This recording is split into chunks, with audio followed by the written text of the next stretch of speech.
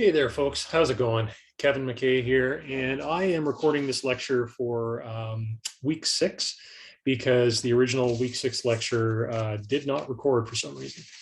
So without further ado, let's jump in here. So in week 6, what we're doing is looking at the fifth of what in my book I call the 5 horsemen of the modern day apocalypse. So we started out by looking at dissociation and scale and complexity. Then we looked at stratification, so basically the massive inequality in the world today.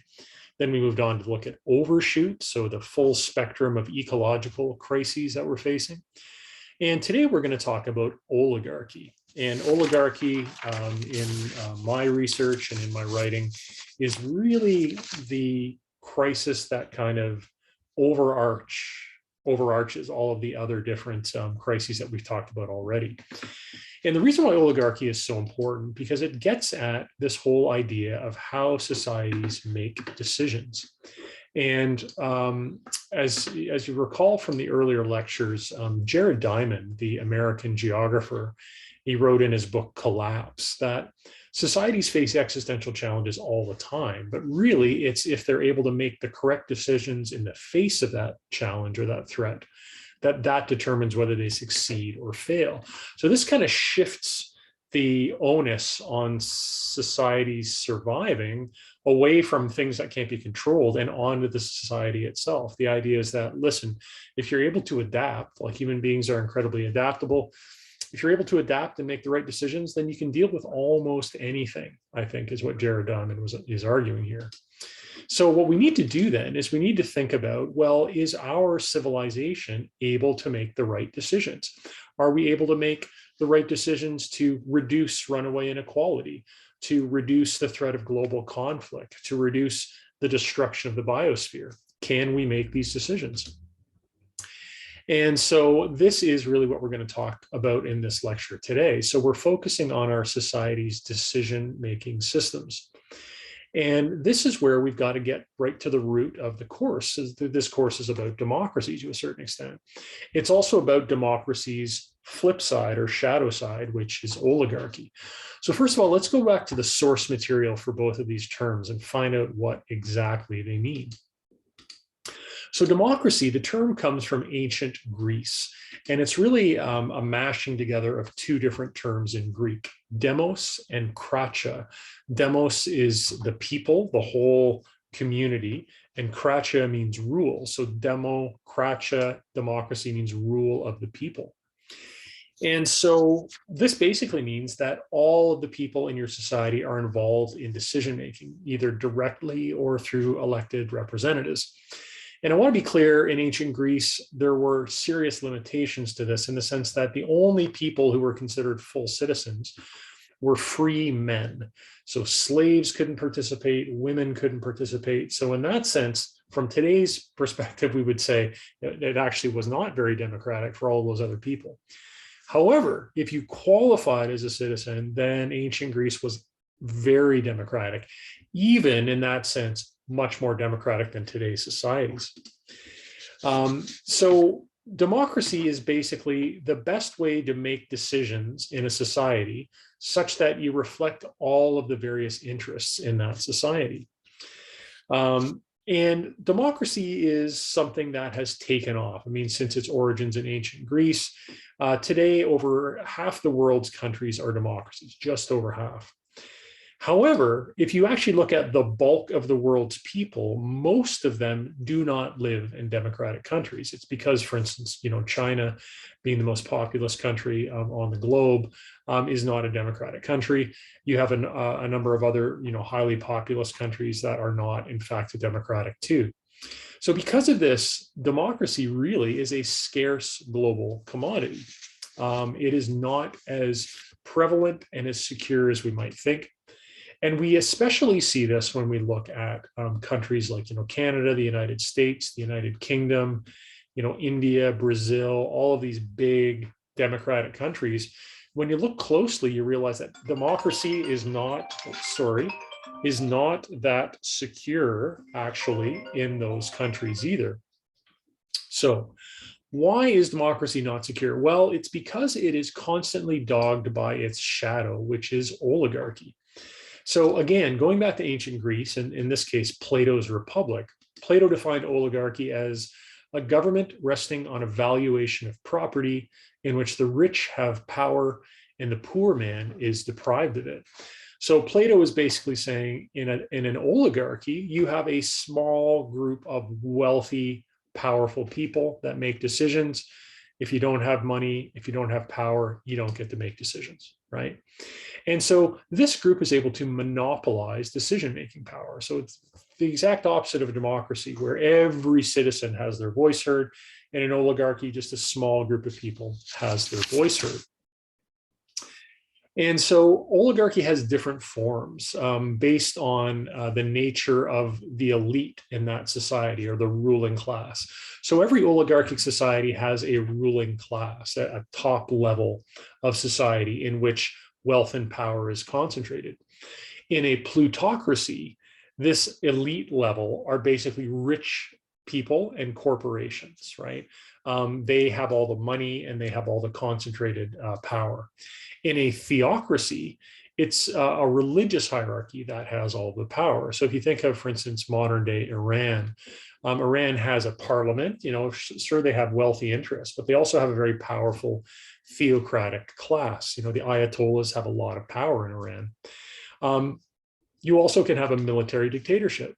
And in a military dictatorship, the officers in the military form that elite class. And so, if you look at, for instance, North Korea as an example of a military dictatorship. You also have totalitarian societies. So this is where control is completely centralized in one party. And there's kind of right-wing versions of this and left-wing versions of this. The right-wing version is fascism, which we talked about a couple of classes ago when we discussed, the governments of Benito Mussolini and Adolf Hitler during World War II. Those were both fascist governments.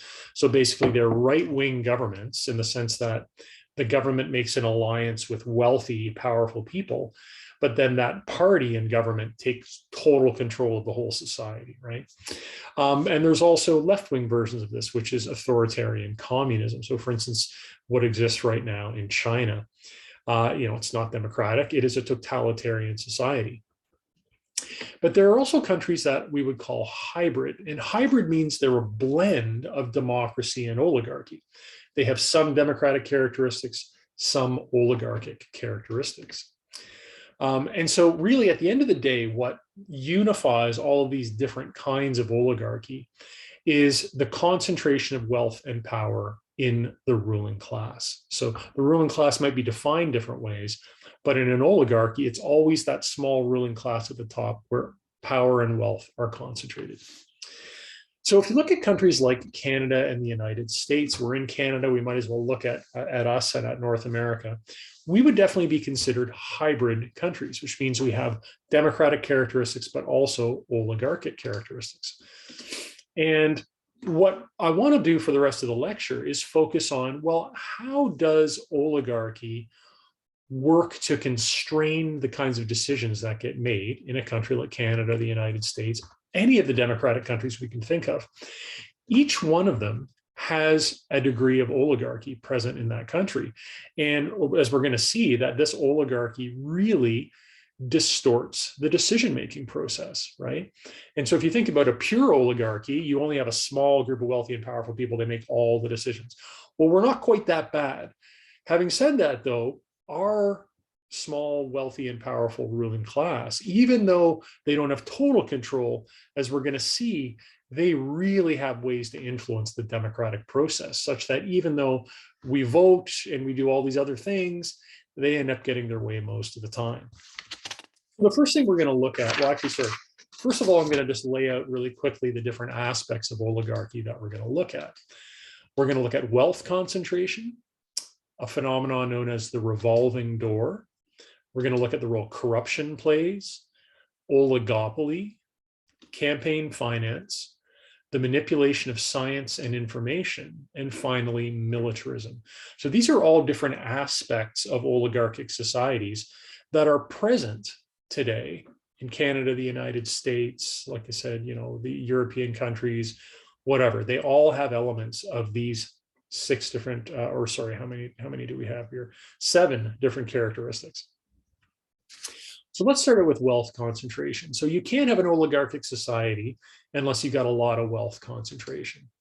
And generally speaking, that's what we see around the world today. So first of all, globally, in 2015, 62 individual billionaires possessed as much wealth as the poorest 50% of humanity. So, over 3 billion people, just 62 people have the equivalent wealth, right? So that is an unheard of level of wealth concentration, more concentrated than at any other time in human history. And it's even worse today, right? Like in 2022. And you see this in a lot of different ways, this sort of inequality. So first of all, in terms of income, in Canada, the highest paid CEOs, chief executive officers of corporations, they make on average 171 times the average national wage. So that's a huge gap in what people are paid each year, 171 times. However, the States looks like that and says, hold my beer, Canada. Highest paid US CEOs make 500 times the average national wage in the United States. And again, we got to remember, this is 500 times the average wage. The average wage is a lot higher than the lowest wage. If we were looking at, how many times more they make than the lowest wage, it'd be, probably over 1,000 times more or close to it. So huge inequality. In the United States, the top 1% of wealth owners own 35.4% of the entire nation's wealth. So again, super concentrated. So this is a lot of wealth concentration. It exists. So this is sort of like check mark number 1 for the signs of oligarchy in countries like Canada and the United States. However, what we need to ask is, does wealth translate into political power? Because, it might not. So let's look at, again, what some of the big billionaires have been up to recently. And we can start out answering this question about, does wealth equal political power? So first of all, over the last 2 years, there's been an incredible increase in the concentration of wealth. So in 2022, the Dutch nonprofit Oxfam put out their yearly inequality report. And Oxfam is a great organization. They do this every year. They're very reputable in terms of their calculations and how they research these things. And they showed in their 2022 report that in 2019 and 2020, so 2 years of COVID, the wealth of the richest 10 men on the planet grew from 700 billion to $1.5 trillion. It more than doubled in just 2 years. So the inequalities become supercharged.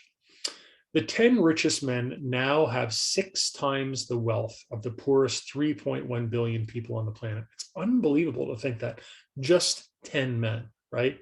And, Jeff Bezos here is an example of one of those men. Elon Musk is another example. And with great wealth does come great influence. I mean, look at folks like Bezos and Musk, Richard Branson. They're all just like, yeah, we're going to create space companies. We're going to build rockets. We're going to take over the space program. Space program used to be a national thing. It used to be something that was publicly funded, that the whole country sort of owned and participated in.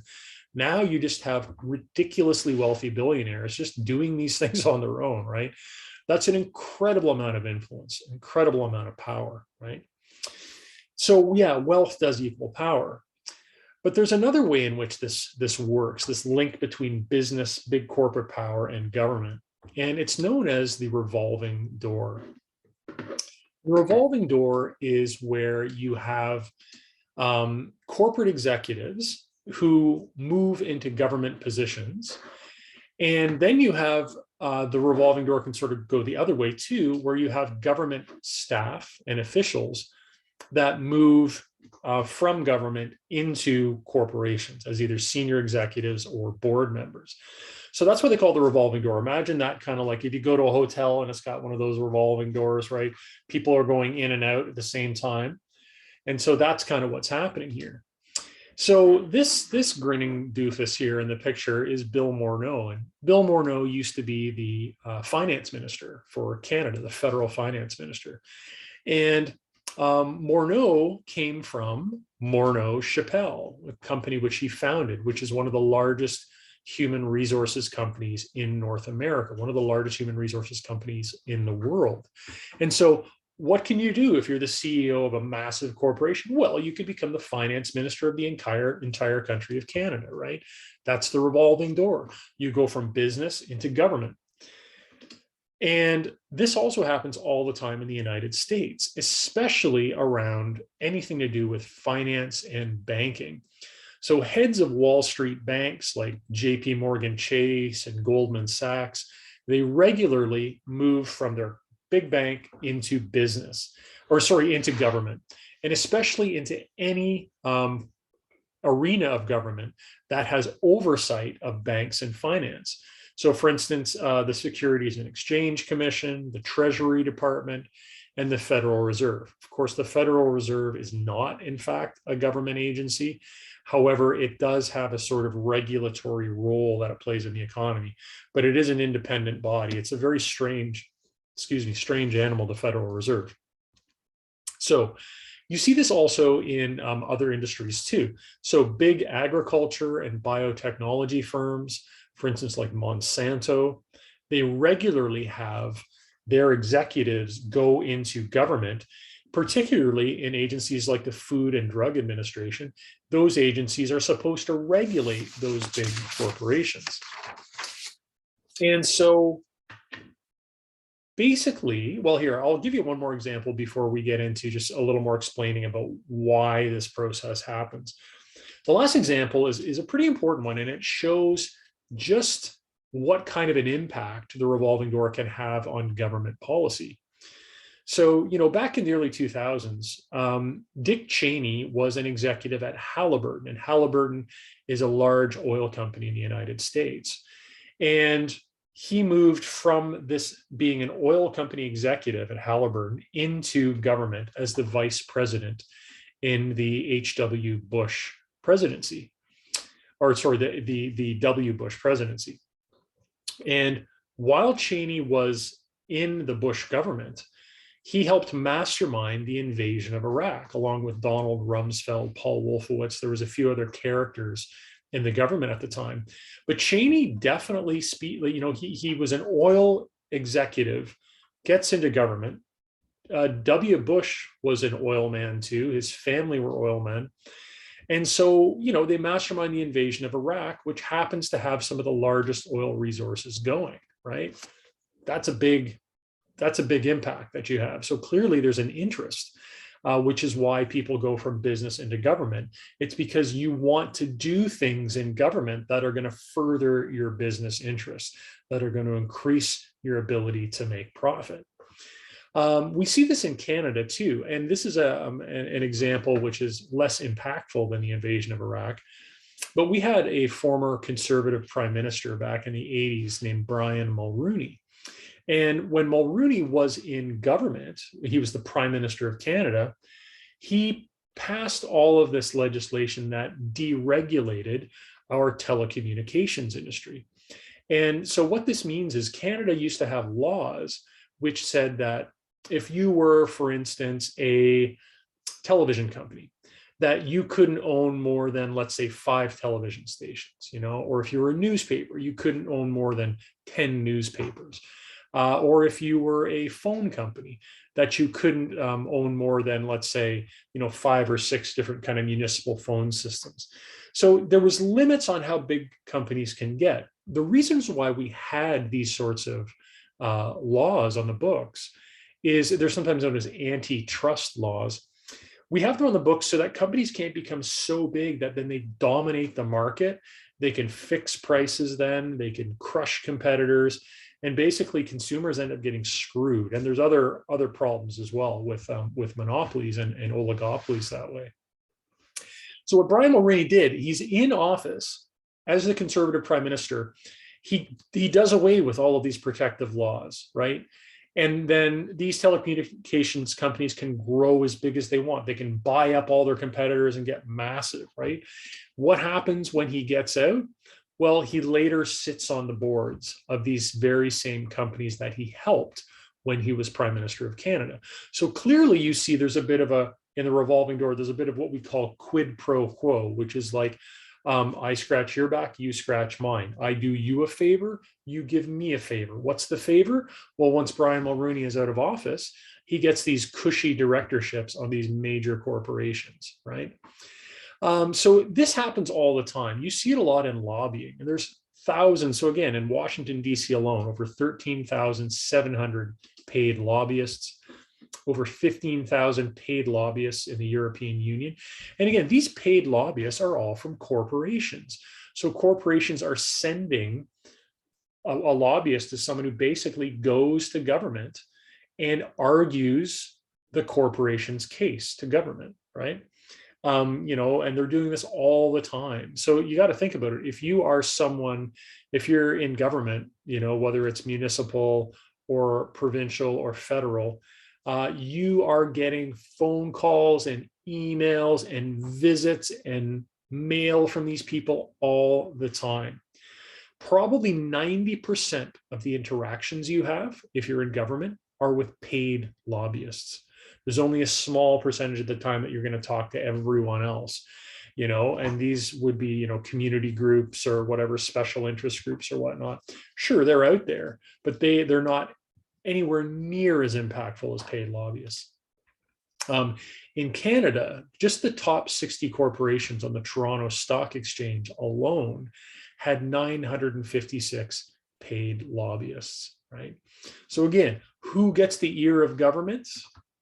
Big business and big corporations all the time. And so what happens at the end of the day is the revolving door tends to harmonize business interests and government interests. They tend to just become one and the same, right? So for instance, if you're the CEO of a big corporation or a senior executive, it's seen as like, okay, I'm doing my duty. I'm going to go into government for a few years in the agencies that regulate my business. When I'm in government, I'm going to push to pass legislation that helps my business make more money.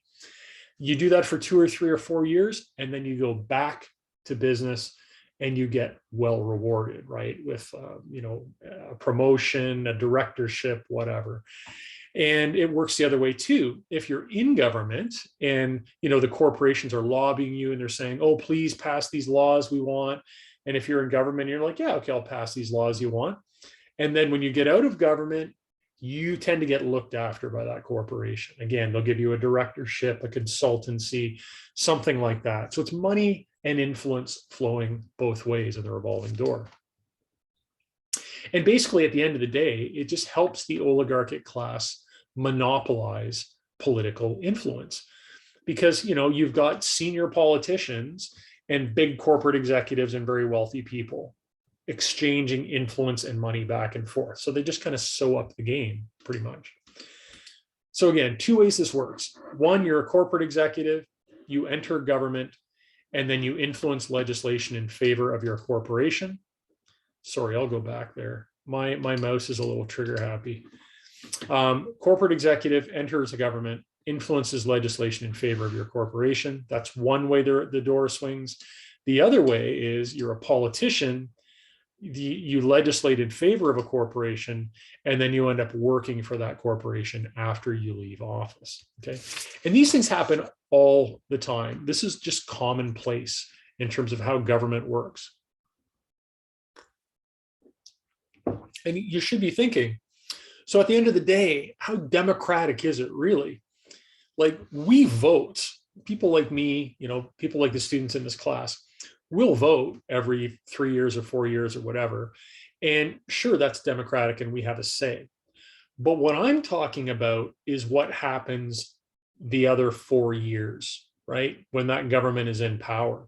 What power do we have after that? After we cast our ballot, we don't have as much power in between elections as all of these corporations do, because they're spending millions and even billions of dollars, if you add it all up, to influence government decisions, right? Whereas we just don't have that kind of money. We don't have that kind of influence. So another way in which oligarchy has an impact on decision-making in our countries is simply corruption and criminality. So outright breaking of the law. So oligarchs game the economy and they corrupt decision-making by breaking and bending the rules that do exist. So this is somewhat separate from what we talked about previously. What we talked about previously is corporations putting executives into government so that they can make the laws that benefit corporations. That's one thing. But they'll also just break the laws that exist too. They kind of don't care too much. If you're a big business or you're a very wealthy person, you tend to look at laws as just like minor inconveniences. And you tend to just sort of, if you're able to get away with it, definitely you break them. And we've seen devastating impacts from this throughout history. So for instance, in 1929, there was a stock market crash that caused the Great Depression, which was a devastating economic crisis throughout North America, expanded to many countries in Europe.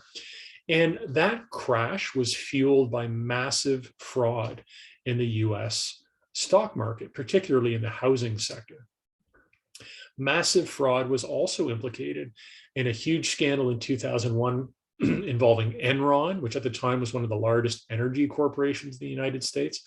It had totally cheated on its accounting practices, falsely representing its financial position for years and years in order to just make tons of money. And eventually it collapsed. It wiped out, billions and billions of dollars of savings. Just a year later, there was the WorldCom scandal. So they were a big telecommunications company. Again, lots of fraud in their accounting practices, ended up devastating billions of dollars in savings. And of course, in 2008, which I talked about in a previous lecture, you had the housing market crash, which led to the Great Recession. And all during that housing market bubble that was building up, which is basically a bubble is where you've got tons of money and investment flowing into one sector of the economy, because for a while anyway, that sector is producing high rates of profit, high rates of return. So what this meant is in 2005, 2006, 2007, housing prices were going through the roof in Canada and the United States, particularly in the United States. And so as prices go up, more money starts flooding in. And this should make us think about a positive feedback loop, because that's what it is. Prices go up, investment goes up, investment goes up, prices go up. It just keeps laddering up, right? Until it all falls apart, right? And that's what basically happened. And this whole thing was fueled by, again, massive fraud, right? Fraud in terms of how mortgages were being given to people, in terms of how various financial products were being put together, derivatives, credit default swaps. It's complicated, but there was a lot of shady business which led to that collapse. You also see corruption and criminality simply in the ability of wealthy people and corporations to avoid paying taxes. So they do two things. One, they lobby government to lower their taxes as much as possible, right?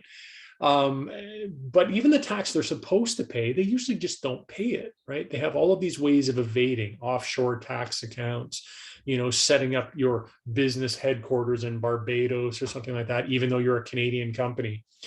And so these are old statistics, but even back in 2011, it was estimated that tax evasion accounted for $3.1 trillion globally in lost government revenue. 2016, Oxfam estimates $7.6 trillion in tax evasion globally. And you got to think, folks, that missing tax income could be going to governments to do things like funding public health care, funding public education, maintaining roads and bridges and infrastructure, maintaining parks and libraries and all of these other things that governments do, right? So that money just vanishes. Corporations find a way to avoid paying any of it, or almost any of it. Another way in which especially in this case, big corporations influence decision-making is through oligopoly and monopoly. So the important thing here to think about is that there's this idea that capitalist economies, the kind of economy we have, is based on free market competition. So it's the idea that it's like a big, Wild West, if anyone can get into the market and compete and the best products win and that sort of thing. This is the theory, right? It's more of a fantasy though. The economies are not based on free market competition. In fact, many economic sectors, I would say most economic sectors in countries like Canada and the United States, are actually what we would call oligopolies.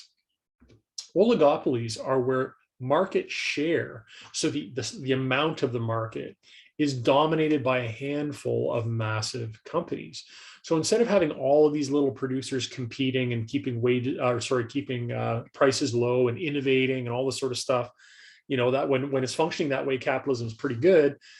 But that's not what happens. Instead, through that competition, winners get bigger, losers, of course, just vanish. And eventually the big winners gobble each other up and get even bigger. And you start to see more and more concentration in various markets. This can sometimes happen until one corporation gets so big that it can dominate an entire market. That's what we call a monopoly. And an example of a monopoly right now in the online retail market is Amazon. Like Amazon has simply, sometimes they'll call it cornering the market. They've cornered the market on online sales. And that means they are able to just kind of rampage through that market. They're able to crush any small competitors. They're able to force sellers to adhere to their own rules that make Amazon more money and that punish small sellers through their site. They can really throw their weight around. And the thing is that actually capitalism inexorably leads to oligopolies and monopolies. Like I said, if you've got competition, it's not like the losers just kind of hang around. They fail, they collapse. Of course, what do the winners do? They get bigger, they grow more powerful. And eventually they get to the point where they're able to not just compete more effectively, but they're able to actually modify the very rules of the game. They're able to structure the very terrain on which the competition occurs. Now, the thing that best prevents this kind of oligopoly and monopoly, this distortion in markets, the thing that prevents it is government regulation. Like I mentioned just a couple of slides ago, where the government would say, whoa, whoa, whoa, you can only grow so big, Mr. Corporation. And when you reach a certain size, you've got to split into two separate corporations, right? And that's just the way it was. And those rules create more competition. They create a more equitable business environment where new businesses are able to enter into the market, right? Which is generally a good thing. So government regulation, this is the great irony, folks. A lot of times conservatives and like libertarians and hyper capitalists will be, they'll be like talking about like free market competition, it's the best thing ever, and like boo, government regulation. But it's lunacy, because the only thing that ensures competition is if the government has antitrust laws on the books that keep a market competitive, right? So that's a big problem. The other thing, though, is monopolies don't just have an impact on their actual business market, like what product they're selling or whatnot. They also have a huge political impact. And you really see this with like two huge corporations, Walmart and Amazon, both retail giants. They are lethal. They're brutal at fighting unionization drives in their corporations. They will do anything in their power to crush unionization. And what this does is it puts a chill on unionization in retail as a whole, right? Because also, not only are they crushing any unions that try and start up in their own businesses, but they also lobby governments to pass laws that make it harder to form unions, period, anywhere, right? They also fight minimum wage legislation that might force them to pay more to their employees. They fight any changes to labor laws, like, for instance, paid sick days or improved parental leave, right? They fight all those things. Why? Because it'll just end up costing them a little bit more money, right? If they have to pay their employees these benefits. Finally, what they do as well is they play this game where if an Amazon fulfillment warehouse wants to come to a community, they'll say, oh, well, we're looking at starting up a new warehouse in southwestern Ontario, for instance. But they won't say exactly what city. And then they'll sort of be like, well, what'll you do for us, various cities, so that you get our warehouse? Because, of course, a new Amazon warehouse, maybe that's a couple hundred jobs. I mean, what city doesn't want to be able to say, hey, we brought a couple hundred jobs in, right? So Amazon will basically let the different cities squabble amongst each other and trip over each other to offer more incentives and tax breaks to Amazon to locate in that community. So basically, it's like a race to the bottom, right? It's like communities outbidding each other to give the sweetest deal to this corporation. And so that means the corporation is going to pay even less tax, right? So this is the kind of distorting effect that these big corporations can have. Another way in which corporations get at the democratic system, though, is to simply buy politicians, right? So in the 2020 US election, about $14.4 billion was spent in political campaigns. This was over double the amount spent in 2016. So in 2016, I think it was about 6.1 billion or something. And that was seen as like, whoa, that's a crazy amount of money. Over double just 4 years later. And so think about that. First thing is, how the heck do you run for office in the United States unless you've got a couple $100,000 or millions of dollars in your pocket, right? You simply can't do it anymore. And that means if you want to run for office and you don't have a couple mil kicking around, you've got to get that money from someone. Who do you get that money from? Well, you get it from corporations. And this really shifted a lot. In 2010, there was a law passed in the United States known as the Citizens United decision. And this is one of those ridiculous names because it makes it sound like it's a pro-democratic decision. This is a Supreme Court decision, by the way. It's actually anti-democratic completely. This Supreme Court decision allowed corporations to funnel unlimited money into political advertising. And this is what just blew the lid off political spending, right? But we can ask, okay, so candidates are getting all this money, but does it actually affect what they do? Well, it does. So in 2017, researchers at the University of Massachusetts did a study about, does taking money from a corporation mean that a politician will then legislate on behalf of that corporation, right? So they're testing the hypothesis, can you really buy a politician if you're a corporation? Apparently you can. So they looked at a few different examples. First of all, Hillary Clinton's 2001 Senate race. So when she was running for the Senate, 4 of her 5 top donors were Wall Street banks. So that's where you get the money, right? You get it from Wall Street banks. When she got into office as a senator, she then overwhelmingly voted in favor of Wall Street. Almost every vote they looked at, Hillary Clinton voted in favor of the big banks. In 2010, there was a really important bill that was up for debate in the House of Commons. And it was known as the Dodd-Frank bill. And Dodd-Frank was supposed to put new regulations on the financial industry, okay, to prevent another financial crash that had just happened in 2008.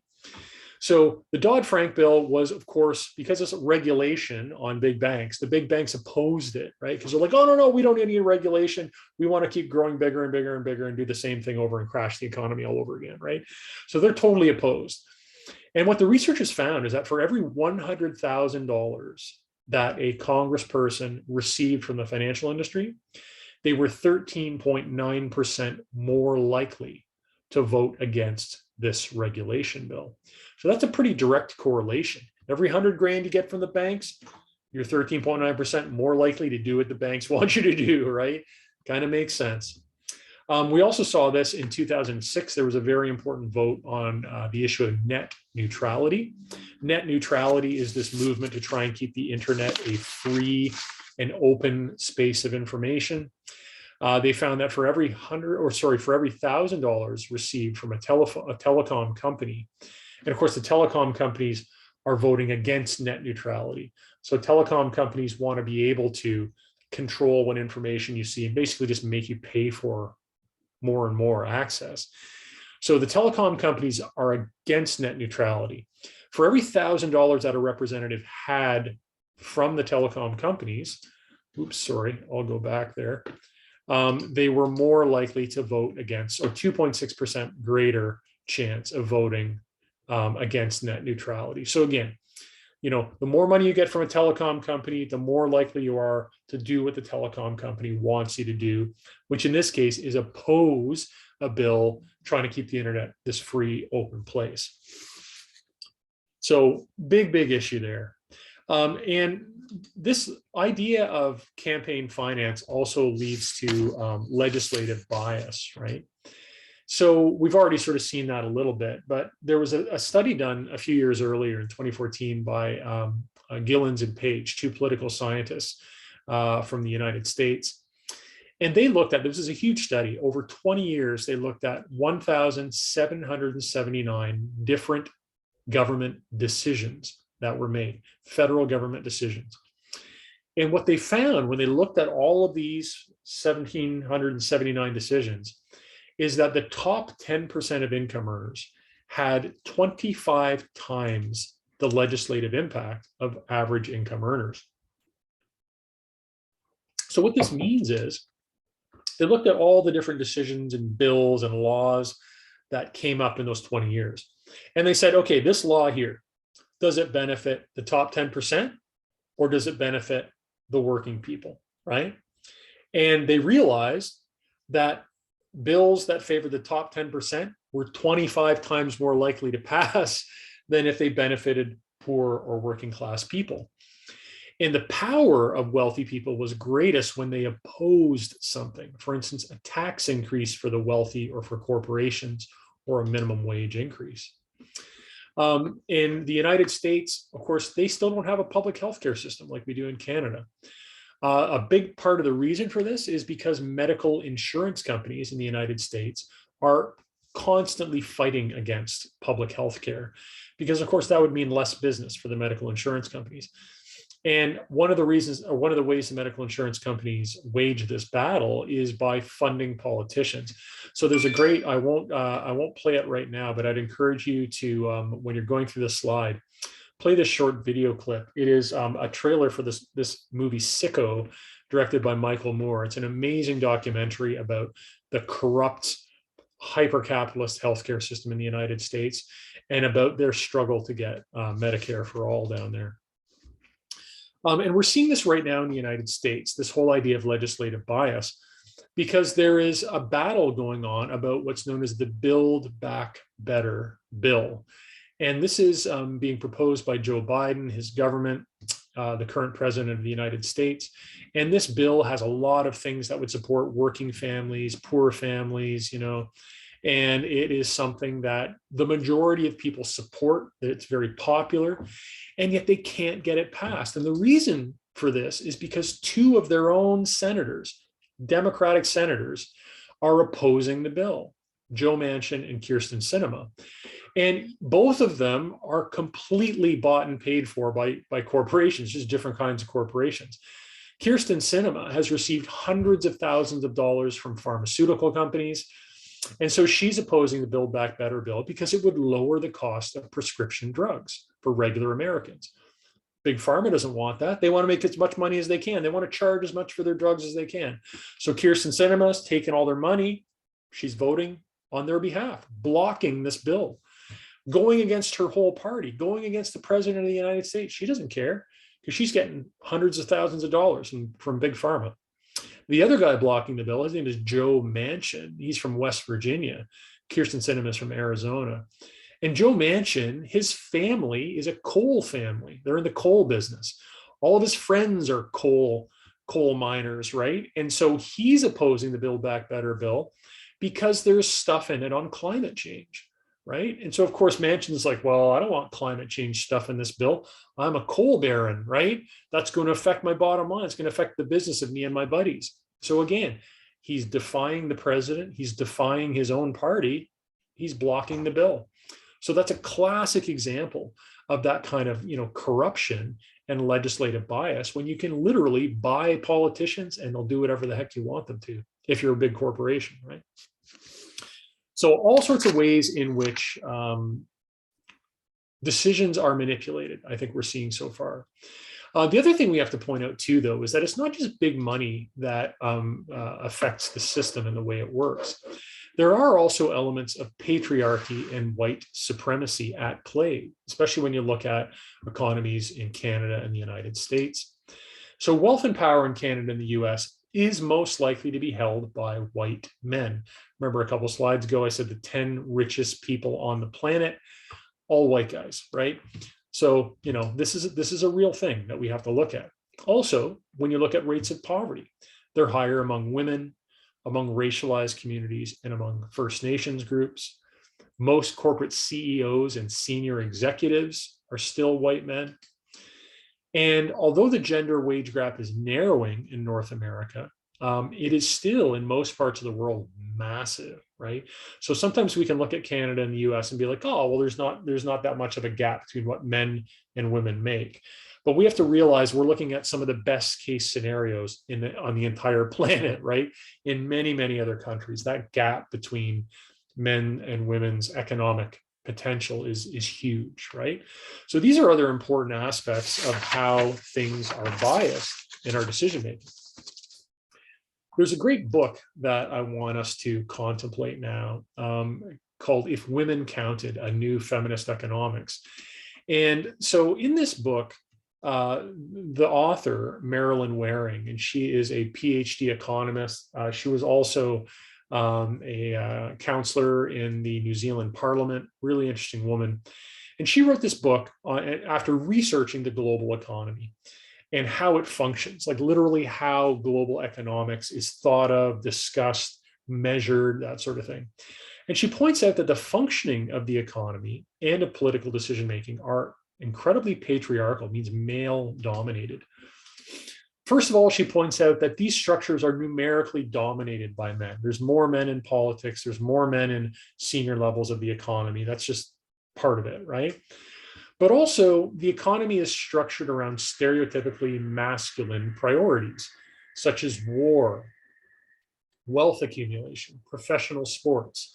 All of these aspects get tons of money and investment and high profile, and they're seen as being very politically important.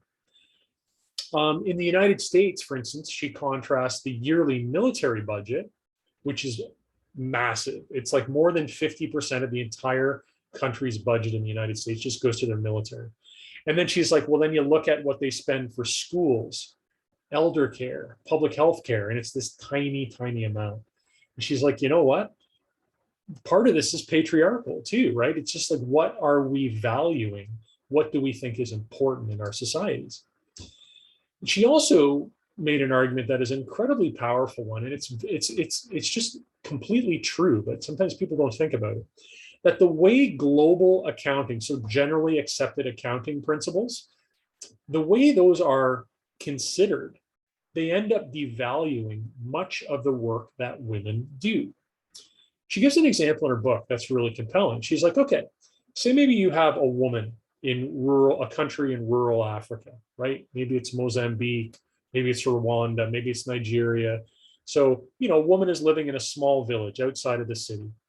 And in a lot of cases, she's working easily like 14 hours a day, from before sunrise to after sunset, to provide food, water, and shelter to her family. So she's working every single day, 14 hours a day. But because she's not getting paid a wage for this, our economic system considers her work to be valueless. It's like she could have sat around all day eating bonbons and it would have been the same, right? According to how we think about our economic system. Now, I think you'll all agree that's kind of messed up. That doesn't make any sense, right? Clearly what this woman is doing, right, is valuable work. It is feeding children.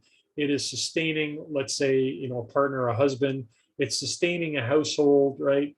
And yet she hasn't gotten any recognition for it.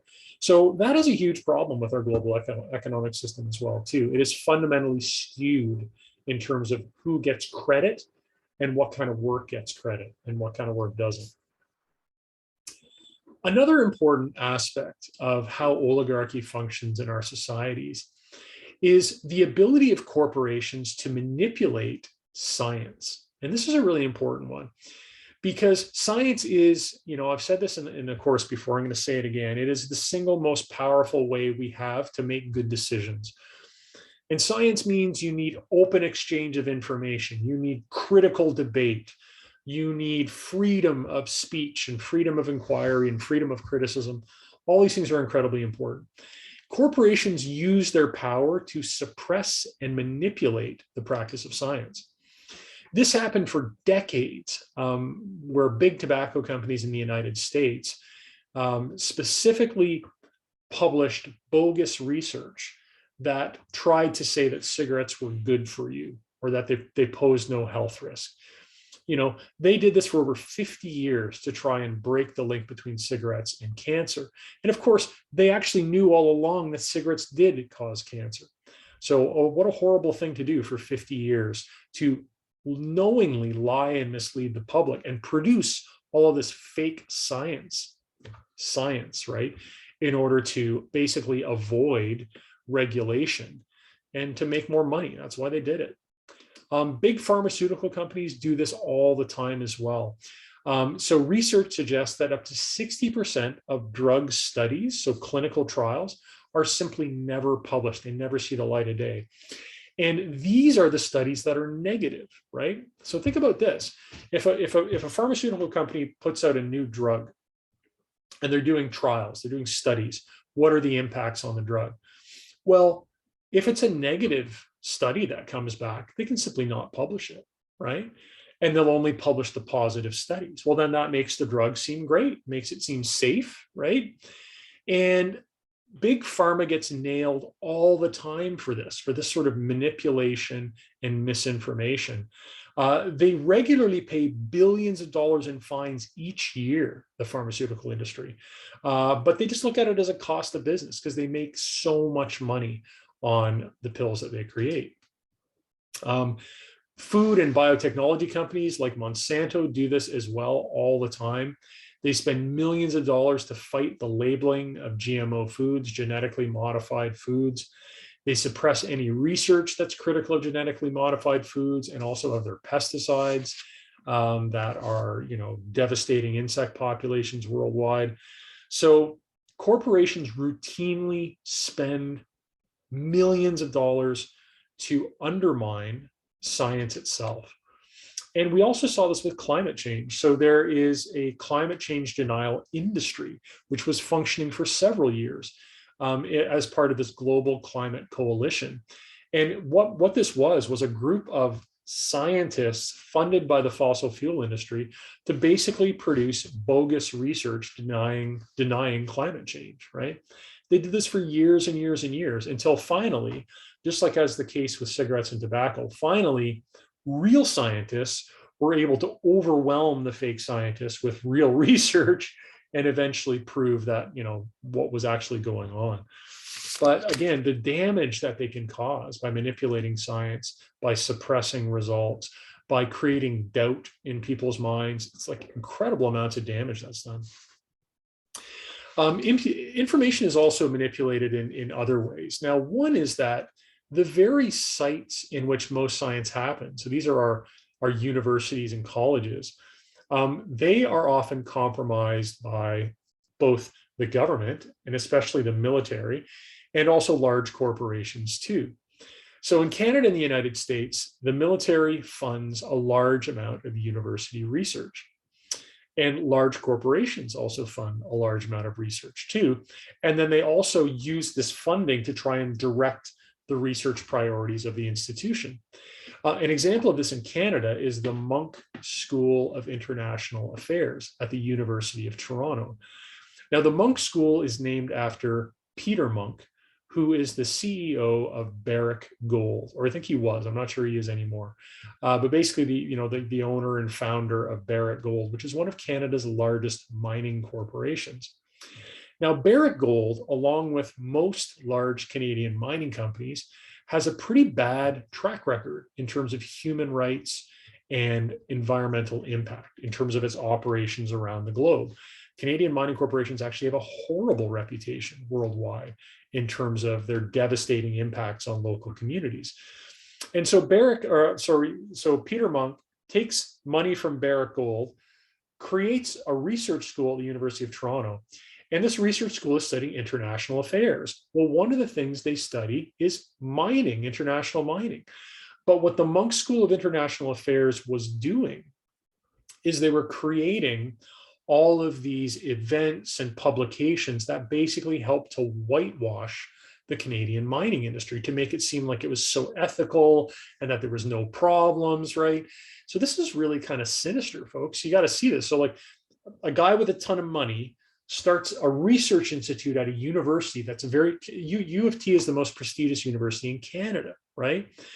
And then that research institute starts publishing and holding academic conferences that are misinforming people as to the negative impacts of mining, of that person's very industry, right?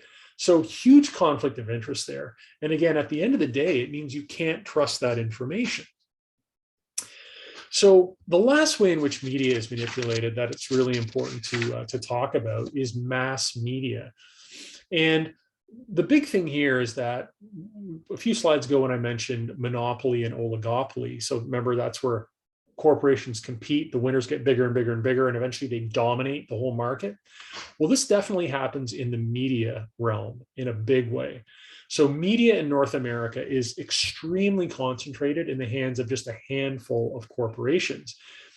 And the problem with this is if you only have a couple massive corporations controlling all the news, then you get a very limited perspective on the world. You don't get diversity of opinions. You don't get good critical debate.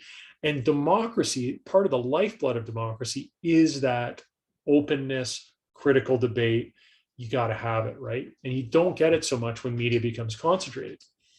So in Canada in 2017, Canadian media was dominated by 5 mega corporations that together they controlled 72.5% of the media market. So again, media in Canada is an oligopoly.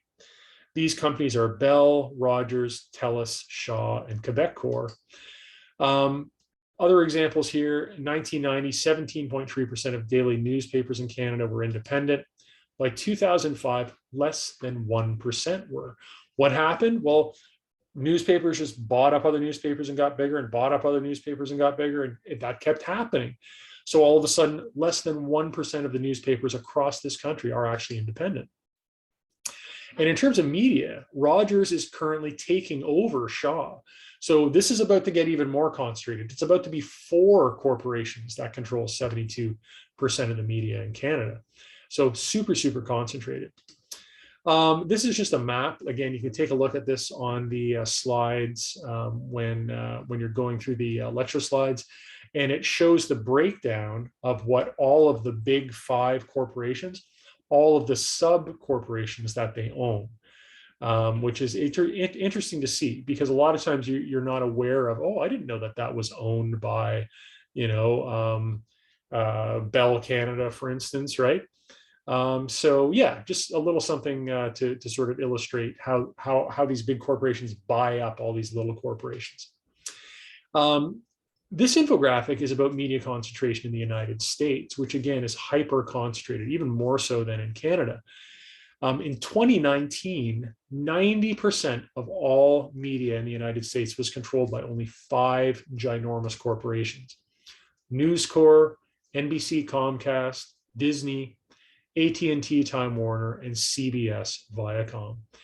And this sort of shows that if you go back to 1983, so over 30 years before, 90% of US media was owned by 50 companies. So this is like concentration times 10, right, in a 30-year span of time. Incredible amount of concentration. So an example of what this concentration can do to the diversity of content is in 2019, 5 media mega corporations controlled 90% of US media, as the previous diagram showed. But Sinclair Broadcasting Group, one particular company, controlled 72% of US television stations. So that's a lot of television stations all across the country, right? Now, Sinclair Broadcasting happens to be owned by a very right-wing man who was a strong supporter of Donald Trump. So in March of 2018, and this is around when Donald Trump was being attacked by the media for all the crazy things he was doing, and Trump would always be, that's fake news, don't listen, it's fake news, right? So Trump goes to his buddy who owns Sinclair Broadcasting and says, ooh, you got to help me out on this fake news thing. And so in March of 2018, Sinclair Broadcasting forced every single one of its television stations to read the exact same story about fake news. And this shows just how directly a corporation is able to influence the diversity of opinion, right? Because to all these different people hearing this report about fake news, they just assume that they're hearing it from their local television station. They don't know that some massive corporation directed all of those different companies, or local news channels to read the exact same story. So again, I would encourage you, when you're going through the slides, there's a little video of what this looks like, and it's incredible. It's kind of hilarious and also kind of scary, seeing all of these different television stations reading the exact same story, and yet they're reading it like they always do, like they're trying to convince the viewer that this is like the straight up truth and we're being so sincere, right? It's pretty crazy stuff. So again, media concentration is a big deal. It plays a large role in terms of how we understand the world, how we're able to make good decisions, right? The last way in which media is being really cracked down on is through attacks on journalists and whistleblowers. And so governments and corporations worldwide, generally speaking, attempt to silence journalists who are critical of them. Okay, no one wants bad press. And if you're a government or a big corporation, you have the power usually to try and silence those journalists. There's a great organization called Reporters Without Borders, and they track press freedom around the world. And they report, their most recent report, I believe this is 2020, reports that free journalism is either partly or completely blocked in 73% of the 180 countries that they measure. 73%, that's incredible. China is among the worst countries in the world for throttling press freedom. It ranks 177 out of 180. So again, there is no press freedom in China. You always have to be skeptical of what you hear from government news sources. The US ranks 44th in the world. So again, serious concerns there in terms of, are you getting, real news or the truth when you're tuning in? And also what you're seeing a lot in the United States is the prosecution of journalists, lawyers, and whistleblowers. So of course, whistleblowers are people who basically, they divulge information, classified information, because they're divulging a crime or something that is, in the public interest. And they're supposed to be protected under law. However, not in the United States these days. Instead, they're being attacked. And so an example of this is Julian Assange, the head of WikiLeaks, who's been in jail in Britain for a number of years. They're trying to extradite him to the United States to face espionage charges simply for him publishing information, just like a journalist. Obviously, Edward Snowden, hopefully folks remember him in 2012. He divulged massive spying that the US government was doing against its own citizens, illegal spying and data collection, when he was working for the National Security Agency. Snowden was forced to flee the country. He's been in exile in Russia ever since, because the US has also said if he sets foot back in the country, they're going to charge him under the Espionage Act, and he's going to rot away his whole life in jail. Chelsea Manning, and she was the private who divulged classified information to Julian Assange and WikiLeaks. And this classified information was about war crimes the US was committing in Iraq. Chelsea Manning went to jail for a number of years. Daniel Hale, most recently, he blew the whistle on the US drone program, showing just how many civilians the drone program murders every year. And he was sentenced to, I believe it's 4 years in jail for doing that, trying to do the right thing. That's the crazy thing here. So this happens all the time.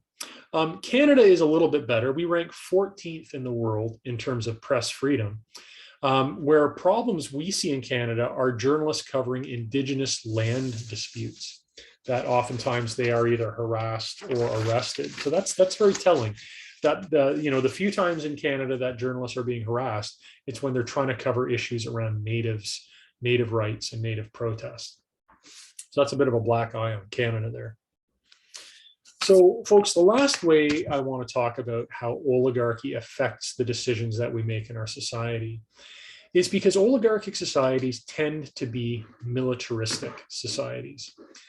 And so militarism and imperialism are hallmarks of oligarchy. And this diagram here just points out how much money various countries are spending on the military.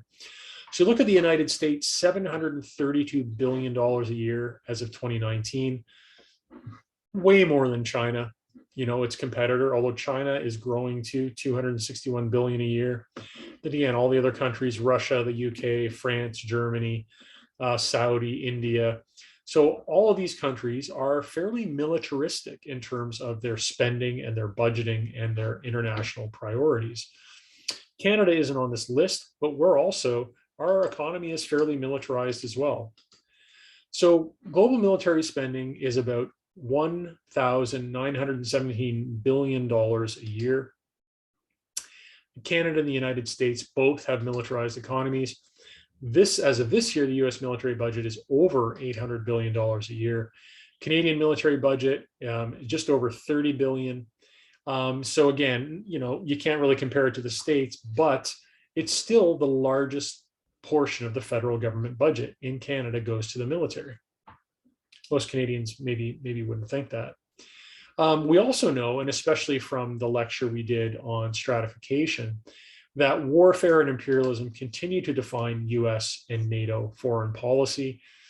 So NATO is an aggressive alliance. It is a militaristic alliance that is basically bound up in projecting US power across the globe and also the power of the US's allies, but mostly the US, right?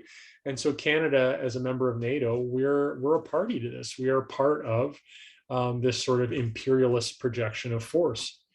It should be pointed out that in the United States, there's an important concept too about what drives this militarism, what keeps it going. And this idea is that there's this thing called a deep state that works to maintain the war economy.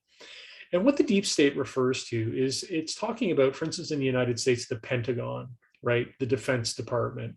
These are aspects of government that their sole purpose, their sole existence is warfare.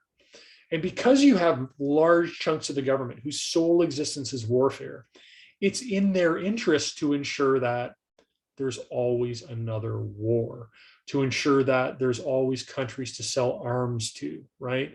And so this is this idea that, there are parts of the government that want to perpetuate themselves wholly apart from the politicians or the people in a democratic country, right? And so this idea of the deep state is important. It's not some conspiratorial thing. It literally means all of those people working in government that are a part of the military and also the security state apparatus too. So the CIA, the FBI, the NSA in the United States. In Canada, it would be the Department of Defense, it would be CSIS, it would be the RCMP, like all of these agencies, they have an interest in keeping our country militarized, basically, as much as they can. And we're seeing this play out in real time again in Ukraine. So the current standoff in Ukraine is a classic example of militarization and imperialism. You have Russia on one hand that sees Ukraine as its sphere of influence. And I mean, to be fair, Russia and Ukraine exist side by side. There is a long history between those two countries in which, Ukraine used to be a part of Russia. There is, especially in Eastern Ukraine, in the Donbass region, which is highlighted here, there are a lot of people who identify as Russians, but there are also a lot of Ukrainians that want to be independent and that don't want to be under Russia's control. So that's the situation in terms of Russia. The US, on the other hand, wants to expand military power to basically encircle Russia. They want to do the same thing to China too. So basically in the 1990s, the United States, after the fall of the Berlin Wall, after the Soviet Union started breaking up, the US said, don't worry, Russia, we won't extend NATO any further east than it already was. Like it was already in Western Europe. I think West Germany was the furthest that NATO was. And the states said, no, no, don't worry, we're not going to expand NATO further, right up to your borders. So of course, right after, that's exactly what the US did. It started expanding NATO right up to Russia's border. Now they want to invite Ukraine to be a part of NATO. So what basically Russia is saying, because Russia, of course, they're massing troops on the border with Ukraine, they're saying, listen, just keep your promise, United States, that Ukraine wouldn't join NATO, and we're good. We'll stand down. But of course, the US doesn't want to do that because the US wants to encircle Russia with military bases. It's just what they do, right? So again, this is where militarism is a big deal, folks, because these are nuclear armed military powers, almost about to go to war in Eastern Europe. However, things have gotten even more interesting over the last couple of weeks where, China's gotten involved. Now, China has a lot of issues with the states, but a big one that's related to Russia and Ukraine is that China continually threatens to take over Taiwan. China keeps saying Taiwan is simply just a part of China. There's a small percentage of Taiwanese that would want to rejoin China, but most Taiwanese seem to want to remain an independent country.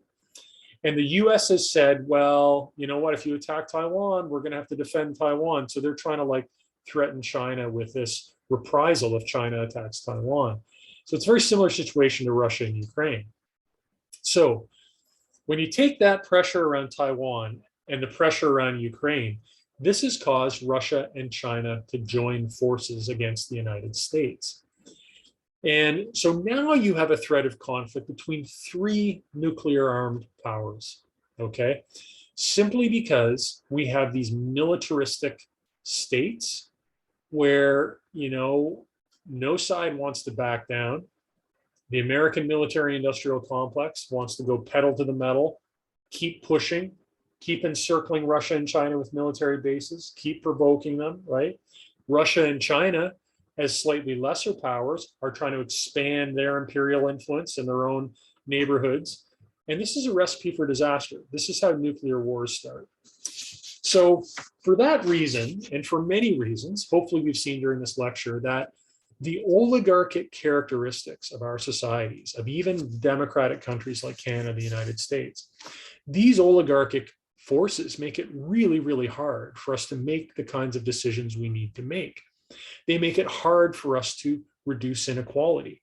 They make it hard for us to back away from this kind of threatening global conflict. They make it hard for us to envision a sustainable future where we're not basing ourselves on an extractive oil-based economy, where instead we're based on a renewable economy. All of these very important decisions are thwarted at every turn by corporate interests, by the interests of the wealthy and the powerful. So that's it for today, folks. And this concludes with this lecture, the 5 different sources of crisis that are facing industrial civilization. In the next section, we're going to start looking at why are we in this predicament? Is it due to human nature, or is it due to the environments that we exist within that we're in this state of crisis? So I will see you then. Take care.